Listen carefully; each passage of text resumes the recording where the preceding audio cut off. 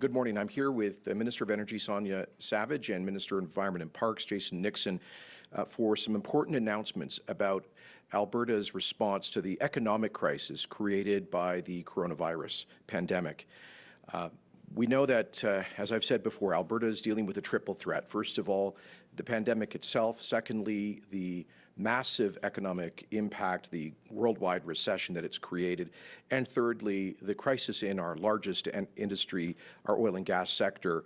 I see that Western Canadian Select crude oil is trading right now at $2.80. And as we know, it has been in negative price territory together with West Texas Intermediate, the key benchmark, over the past week. All of this further underscoring the depth of economic adversity that Albertans are facing. Our government has responded with unprecedented action, so far totaling over $14 billion in fiscal action to help to protect families and job creators to get through this time of crisis. Over $14 billion, including investments in additional, of course, support for our healthcare system, for mental health, the emergency isolation payments, deferrals on taxes and fees and student loans, support for food banks and homeless shelters, and so much more. Additional liquidity measures totaling about $6 billion being delivered by Alberta Treasury branches, and much more action, and much more to follow. We continue to meet on a regular basis with the Economic Recovery Council, chaired by Dr. Jack Mintz, where we have some of Alberta's brightest minds helping to develop our strategy for economic recovery. One key element of which has been our historic investment in getting a major pipeline built and creating good, high-paying jobs through the Keystone XL pipeline. That $1.5 billion equity investment and the loan guarantee next year, which I'm pleased to report now has shovels in the ground here in Alberta, as well as in Saskatchewan and parts of the United States. Construction is well underway, and one of the reasons we made that historic investment was to get work moving now in this construction season and throughout 2020 to create facts on the ground. And I'm just delighted to see that we have now seen TC Energy actually install the pipe across the Canada-US border between Saskatchewan and Montana. This investment will create, we estimate, 7,000 jobs directly and indirectly here in Alberta this year alone. And it takes us towards projected completion of Keystone XL in the summer or spring of 2023, adding at least 830,000 barrels a day of additional shipment capacity for Alberta Energy. And we believe that Alberta's government will receive back at least $30 billion in additional royalties and other revenues because of the additional shipments that Keystone XL will make possible. Secondly, I'm here today with Minister Savage to announce our $1 billion well site rehabilitation program that we estimate will create at least 5,300 good-paying jobs here in Alberta this year. We will be launching the well site rehabilitation program on May the 1st, a week from now. And we will be moving as quickly as we possibly can to turn that money into jobs in communities all across Alberta, and particularly helping to put back to work great oilfield service workers who have been laid off, and throwing a critical lifeline to the service sector, those small companies and contractors up and down this province, who in many areas are the lifeblood of the economy of rural Alberta. And we once again want to thank the Government of Canada for becoming a partner with Alberta's government in this critical project. That $1 billion coming from the announcement made a week ago today by the national government. This is in addition to the Government of Alberta and the Government of Canada investing $300 million additionally between us into the Alberta Orphan Well Association, which will be running its own program. Minister Savage, in a couple of minutes, will present the details of the rapid rollout of this job-creating $1 billion well site rehabilitation program. Minister Nixon will also be presenting the work that he and his department are making on implementing the $500 million federal support for key investments that will create jobs and reduce methane emissions in the Alberta oil and gas sector. This is going to as well be great support for the service sector right across the province. And Minister Nixon is also making further progress on delaying the implementation, we hope, of the federal clean fuel standards to avoid imposing yet another cost on an already struggling industry. And I believe he's making great progress as well with the Government of Canada on getting an equivalency agreement with respect to new methane regulations, again, to reduce the burden on Alberta businesses at a critical time. Thirdly, I'm pleased to announce that Alberta's government will partner with the Government of Canada in two important new cost-share programs. The first is the Canada Emergency Commercial Rent Assistance Program that was announced last week. We are still waiting for further details from the federal government, but Alberta is prepared to invest up to $67.2 million, which would be the maximum for our province, matched with $267 million from the Government of Canada for $334 million in emergency support for commercial tenants. This program will provide a loan retroactive to April the 1st, 2020 to qualified commercial property owners, supporting up to 50% of rent for April, May, and June of this year. And the loan will be forgivable if the property owner and tenant come to a rent forgiveness agreement that lowers the eligible business's rent by 75% for the 3 months and includes a moratorium on eviction. And the program is anticipated to be running by mid-May and will be administered by the Canadian Mortgage and Housing Corporation. Qualifying small businesses will be required to pay they will be required to participate. They must pay less than $50,000 in rent. So this is not for huge businesses, but small and medium-sized businesses. And they have to have been asked to close or nearly close their operations due to public health orders around COVID-19. And they must be experiencing at least a 70% decrease in revenue. So basically, this is for small and medium-sized businesses that have been heavily impacted by the pandemic. The program will also be available to nonprofit and charitable organizations, and more details will follow. So that is a confirmation that the Government of Alberta will be participating in that cost-share program, and I'll be conveying that to the Prime Minister when I speak with him later today during the First Minister's teleconference. We'll also be participating in the temporary salary top-up for low-income essential workers, another joint cost-share program that was recently announced. This is focused on essential service workers in certain industries who make less than $2,500 a month. It's a federal-provincial cost-share program, and we will use this to help with the recently announced Alberta $2 top-up for healthcare aides working in continuing care facilities. That was part of the announcement made by Minister Shandro earlier this week to alleviate the labor challenges being faced by our long-term care facilities. We know that those places are uniquely vulnerable to the pandemic, and because we have instituted a new rule limiting healthcare aides to working to only one continuing care facility, that's created some very significant labor challenges, and we don't want our seniors in those facilities to not have adequate support. That's why we've brought in the Alberta wage top-up for healthcare aides in long-term care settings, and with our participation in this federal-provincial cost-share program will help us get that done. Finally, I want to talk about the ongoing conversations that we are having with key policymakers in the United States about the need for a coordinated North American continental approach to energy. Given the predatory dumping of energy on global markets by OPEC Plus over the past several weeks, That is one of the reasons we are in this catastrophic situation with global and Canadian inventories for oil reaching tank tops. That's why we're now facing $2 or $3 WCS prices this week. Minister Savage and I have spent an enormous amount of time in recent weeks during the crisis meeting with key decision makers in the United States, from the U.S. Secretary of Energy, the Undersecretary of Energy, undersecretaries at the Department of State.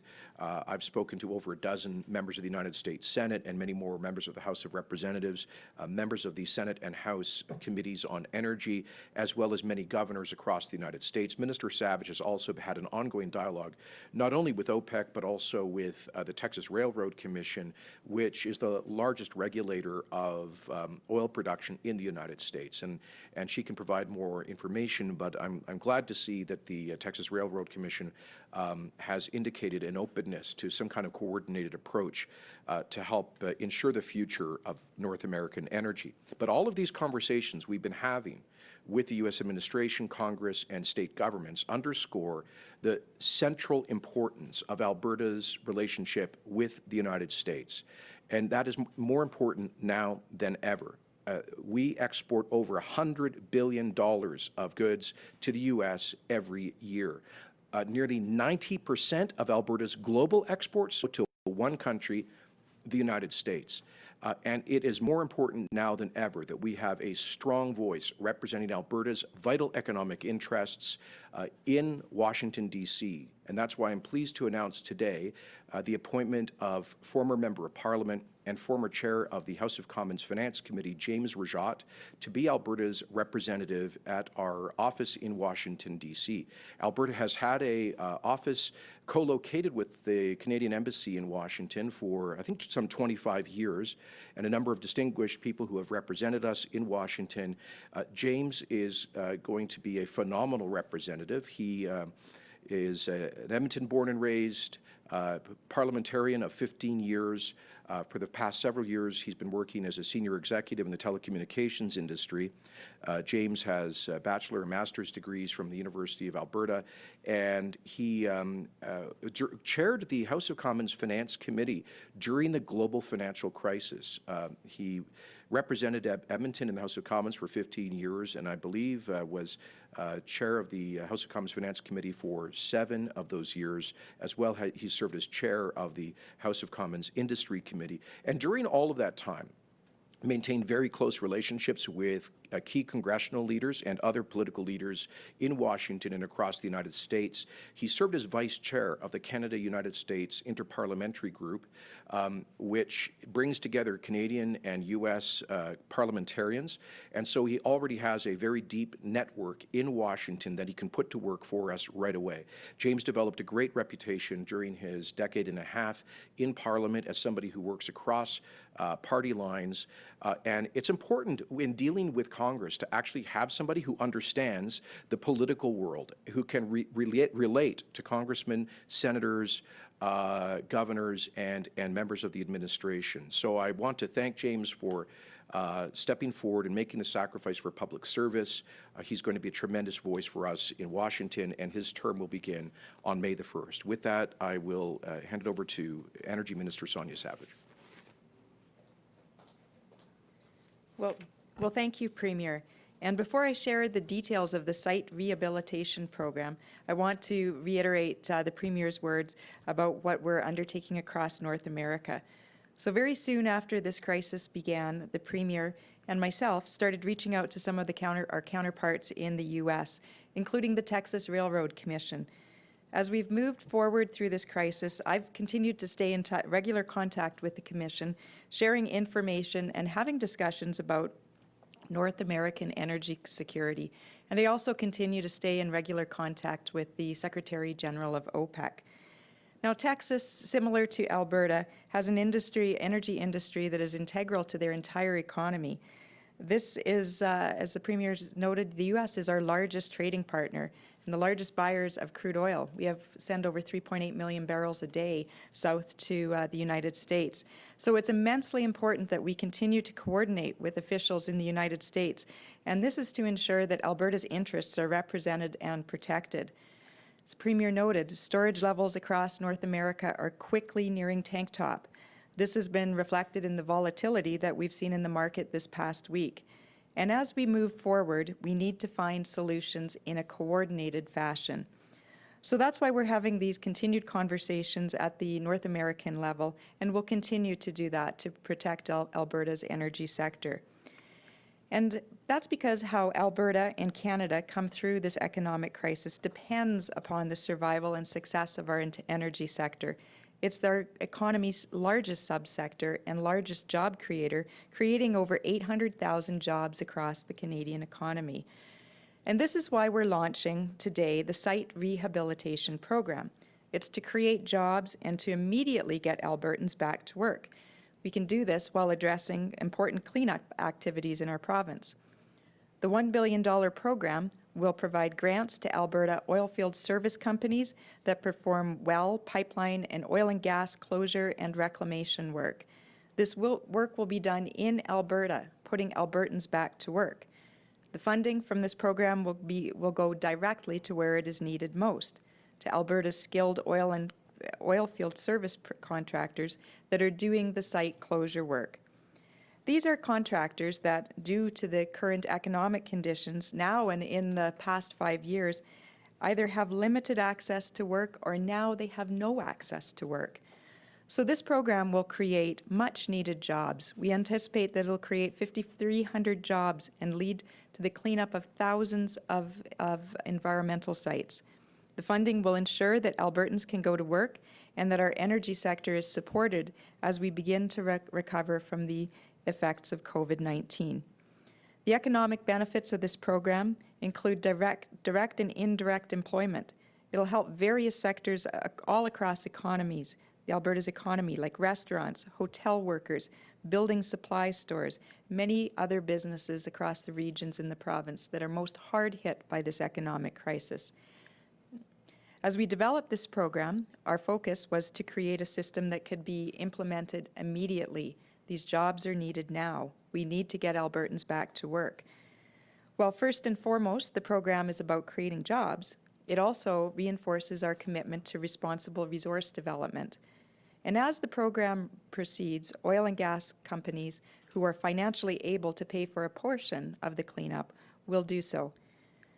On May 1st, in 1 week, we will launch our first round for an initial $100 million, with a focus on providing grants to service companies that have been the hardest hit by the economic downturn. In the coming weeks after that, we will allocate future increments for work in specific regions across the province, directing funds to where they can have the most significant environmental benefits, or where some operators have failed landowners and have not paid their lease rents. In future rounds, we will also focus on larger projects. During these rapidly changing times, we also recognize the need to be fluid. That's why we're opening the funding allocations in increments. This will allow us to learn and adapt as we go along, to make adjustments and to maximize job creation.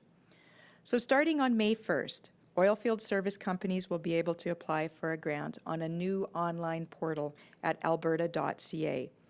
Their project eligibility, application, and work contract will be verified, and once approved, grants will be dispersed. We anticipate that this work and payments will start on May 1st.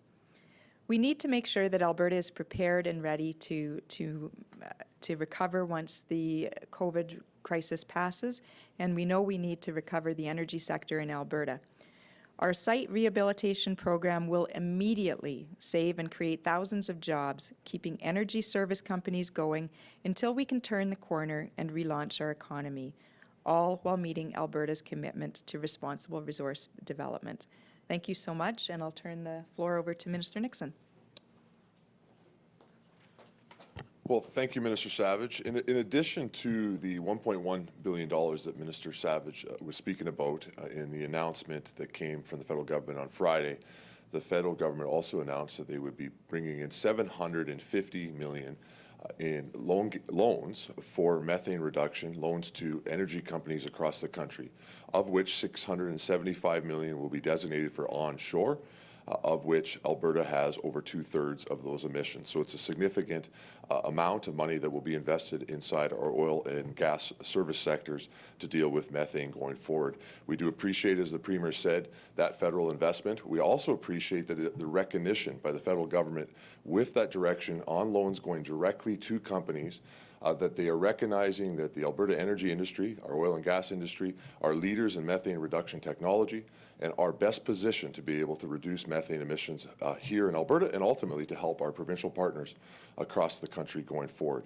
In Alberta, we've been successful already over the last several years in reducing our methane emissions by 20%, and we expect that we'll be able to continue.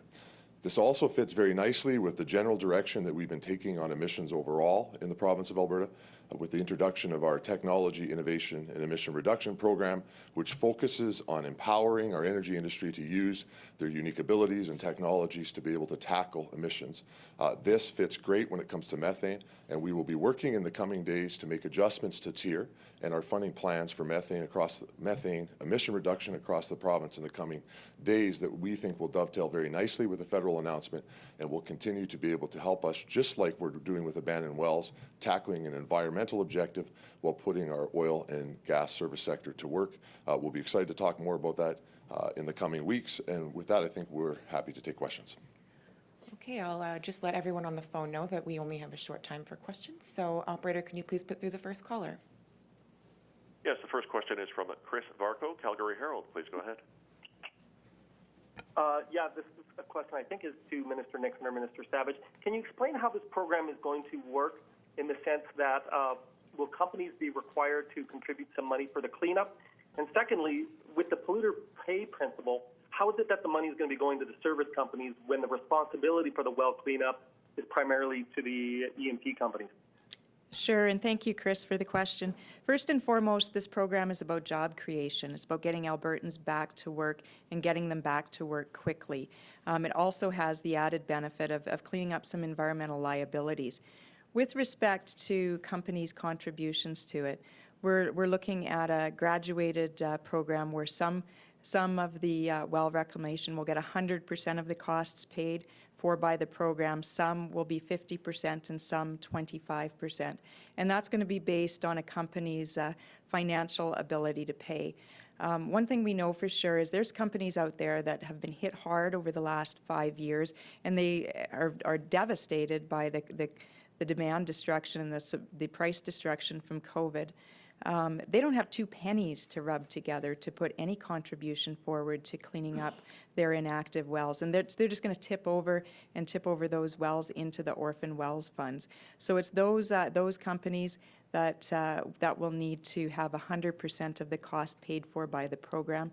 It's those same companies that are behind on landowner lease payments. Landowners aren't being paid, and the Alberta Surface Rights Board, the Alberta government's making those payments. So some of them will have 100% of the costs paid for, others will be contributing. But you have to remember this program is about job creation and cleaning up environmental liabilities. Operator, can you please put through the next caller? Emma Graney, Globe and Mail.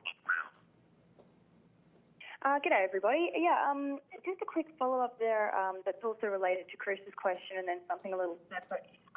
So can landowners who are not being paid by oil and gas companies, could they potentially reach out to contractors here and say, there's an inactive well on my land, we're not getting paid, can you apply for this money?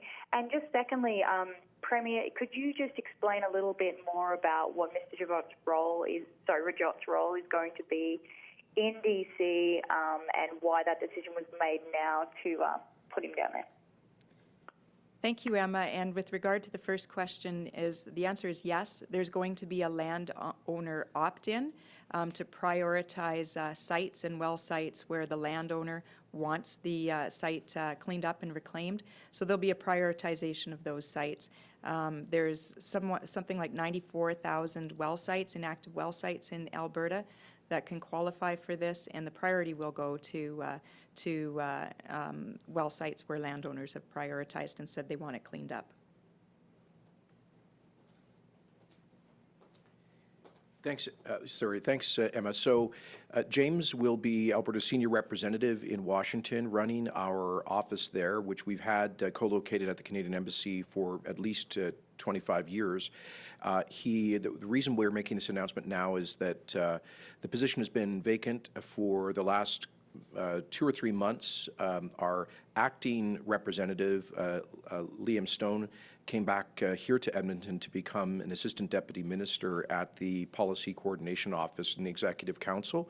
And so we had a search process for a new senior representative of Alberta in Washington. And James had to take some time to wrap up his affairs at his current company where he works, where he's a senior vice president at Rogers Telecommunications. And he will be getting in that position on May the 1st. We also, we had some delays on this just because of the pandemic, being able to move somebody down there and sorting out all of the quarantine protocols in Washington. But he will begin effectively in that position next week, and I'm very excited about this. If you talk to former colleagues of James in in Ottawa, they'll tell you that he was somebody really renowned for working across party lines and getting things done as a very effective senior parliamentarian.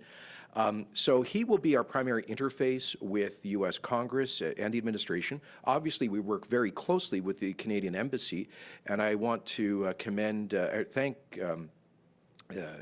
our new ambassador, who has been recently confirmed, the ambassador grew up actually in Lethbridge, and so she understands Alberta very well. She's been a strong voice as well for our energy sector. One of the primary mandates that James will have in the post will be to amplify the discussion we're having about a coordinated North American energy strategy. We want to make sure that, as you know, sometimes in the United States, they take Canada and Alberta for granted, and as we are facing a common threat to the viability of our important North American oil and gas industry that is totally integrated. And American energy security and independence is dependent on the continued vitality of the Canadian energy sector. So part of James' job will be to make sure that Keystone XL gets done, to continue to communicate on the importance of that as the U.S. goes through their election cycle, to liaise with governors and regulators along the pipeline route, to work with TC Energy on that project, to help to maintain our growing linkages into the United States Department of Energy, for example, to make sure that American policy makers understand how important Canadian energy is to the U.S. economy. So those will be some of the initial challenges that James is facing. Of course, agriculture and other exports will also be on his part of his work plan. Operator, can you please put through the next caller? Tom Ross, 660 News. Hi. With the oil and gas market taking such a hit, when do you start thinking about a full-on transition away from traditional fossil fuels? And when you're talking to American representatives, for example, are you talking to anybody who advocates for a Green New Deal? So, as Minister Nixon has said, Alberta has our Technology Innovation and Emissions Reduction Program, which invests in technology to reduce the environmental impact and carbon intensity of our energy production. When you talk about the Green New Deal, listen, our focus is on getting people back to work in Alberta, not pie-in-the-sky ideological schemes. We are actually not trying to amplify, but to fight back against the political agenda of the Green left that has been trying to landlock Alberta energy. So we're not going to cooperate with the folks that are trying to shut down Canada's single largest subsector. You're talking here, that kind of question in the middle of an economic crisis from a Calgary-based media outlet really, frankly, throws me for a loop. Sounds like you're reporting for the Tyee or something. Here's the reality. Canada's oil and gas sector employs directly and indirectly 500,000 Canadians, has paid $380 billion to governments over the past 18 years, is by far our largest export industry. And Canada has the third largest proven and probable oil reserves on Earth. We are the fourth largest producer and one of the largest natural gas producers. Even in the most bearish scenario for oil consumption, produced by the International Energy Agency, they see at least 70 million barrels per day of oil consumption in 2040, 2 decades from now. That would be down by only 30% from the average over the past few years. And in that world, 20 years from now, when the world needs that energy, we want to make sure that it's coming from a stable, environmentally responsible, market-based democracy with the world's highest human rights, labor, and environmental standards. That would be Alberta. So, no, we're not going to work with congressmen, the small minority in Congress that wants to pursue the ideological fantasy of shutting down the modern industrial economy. We will continue to support technology that helps us to perform better on an environmental point of view and tell our tremendous story about our environmental, social, and governance performance. But in that world, 20 years from now, when at least 70 million barrels of oil is being produced and consumed, we will be a major part of that supply. We will not abandon global energy markets to some of the world's worst regimes. Operator, can you please put through the next call? Christine, I have to run for a call with the Prime Minister and the other premiers, but I'm going to ask the ministers to stay here and take additional questions. Thanks very much. Operator, can you please put through the next caller? Yes, thank you. Alana Smith, Post Media. Please go ahead. So sorry, I was just logging out. My question was for Premier Kenney, so go ahead to the next one. Thanks. Sorry, Alana. Operator, can you put through the next caller, please? Yes, Jeffrey Morgan, Financial Post. Please go ahead. Hi, this question is for Minister Savage. Minister, as you're announcing the program today for well remediation, there are many who had expected at this point to have new regulations in place. You'd spoken previously about removing things like the LMR, LLR with new systems. Can you tell us when the new regulation scheme or regulation systems will be in place, when they'll be announced, and if there is any connection between this funding coming in from the federal government and a new system being introduced by the Alberta government? Is there a requirement there that a new system is put in place? Sure. Thank you for that question. And as you know and most know, we were working on a liability management package that would cover a policy suite that would cover the life cycle of a well, from the entire life cycle, from well licensee application to operation to abandonment, reclamation, and to post-legacy. Then COVID-19 hit. We were in the worst demand destruction of oil, the worst price environment of oil. We still have 94,000 inactive wells to clean up. So yes, we are moving forward with the full suite of policies for a liability management framework, but right now the priority is getting some Albertans back to work, getting some of the existing legacy sites cleaned up. We've got program work, $1 billion on it, plus $300 million additional in the Orphan Well Association. And right now, while we're in the present crisis and emergency, that's the focus. Ongoing discussions with the federal government. We have, and as you know, we are improving the liability management process and moving forward in the future with a suite of policies so that these wells, when they're finished and they're beyond their useful production life, will be abandoned and reclaimed in an orderly manner. And we are still proceeding with that, but more to come after we get through the immediate crisis. Operator, can you please put through the next caller? Dan Healing, Canadian Press. Good morning. Thanks for taking my call. I have a quick question. It says that the program is mainly being funded by the federal government's economic response plan. What does that mean? How much of it is coming from the province? And also, I'm wondering who's going to administer the plan.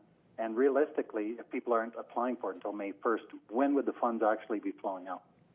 Sure. Yes, the funds are coming from the federal announcement last Friday for $1 billion for a fund to clean up the inactive wells. It's being administered by the Alberta government through the Department of Energy, and the program, the full online portal to accept applications will be opening up on May 1st.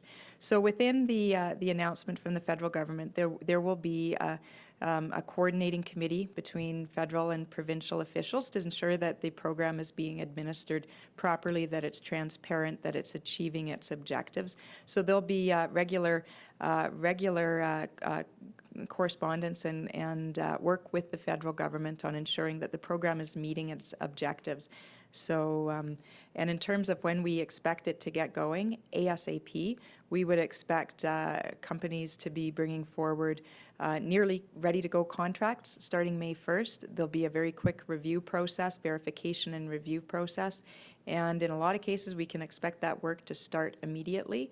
We will, on properly executed contracts between the service provider and the well licensee, or come forward, we'll have a contract with the government put in place before they receive the funds.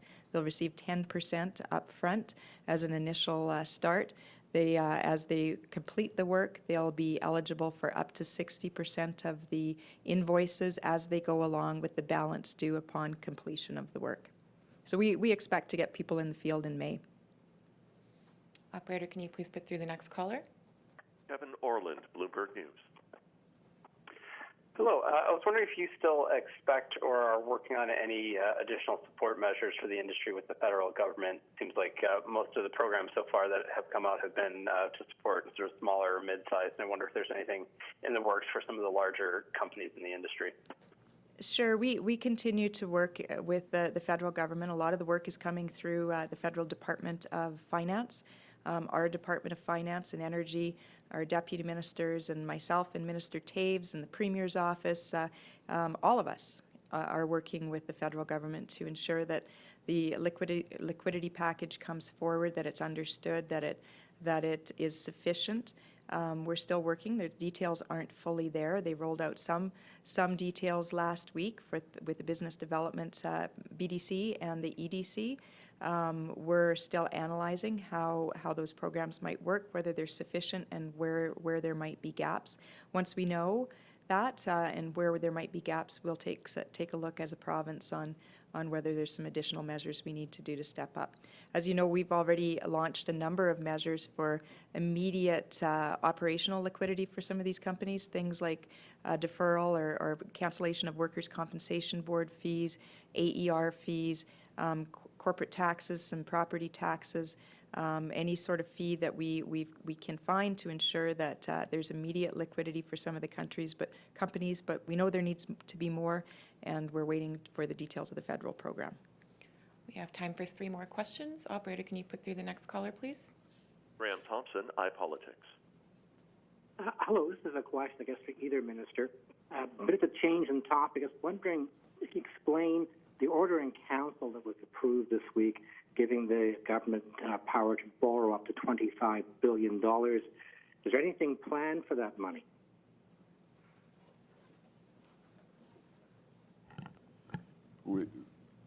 Graham, we have to operate the government. The reality is that we are facing a new fiscal situation. Mr. Taves and the Premier and all of Alberta's government has spoken about that. We are looking at a period of time where we're going to see a bigger deficit than anticipated, and of course they're going to need access to more cash to be able to operate Alberta's government and to provide the services that Albertans rely on. And with that, I'd refer you to Mr. Taves for more details specifically on how that would work.